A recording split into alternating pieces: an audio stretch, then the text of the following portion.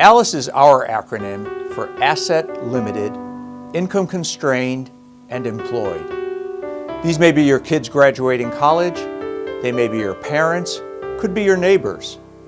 These are people integrated into our life on a daily basis.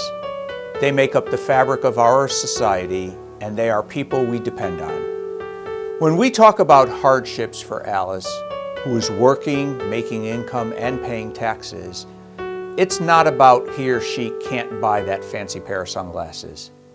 This is about whether or not they can pay the heating bill, whether or not you have to cut your meds in half, whether or not you're going to put your kid in the child care that's the kind of quality you would want for yourself. It's really about trying to get at the root cause. But to do that, we need a neutral third party that has credibility to unify and bring people together. And that's the beauty of United Way.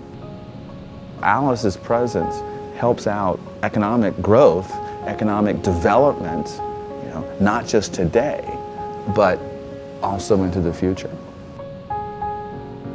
For me, what Alice is economic vulnerability. It's being vulnerable to a job loss. It's being vulnerable to the negatives of domestic violence. It's being vulnerable to waking up and you've got water in your basement. It's being vulnerable to you're an hourly paid worker and Superstorm Sandy hits and your power is gone for a week. But most importantly, your employer's power is gone for a week or they have damage and you can't work. And an hourly paid worker, if you're not able to work, you're not getting paid. If you're not getting paid, you can't pay your bills. We as a community own those challenges that Alice faces, because if we don't own them in the future, our community will not be as successful. So at United Way, we are uniquely positioned to make sure that we as communities invest in our human priorities so we grow strong together as opposed to growing apart. That means that you should be connected to that broader community. As a parent, it means that I need to spend time. I need to invest in my community because simply put, I want that community to be stronger.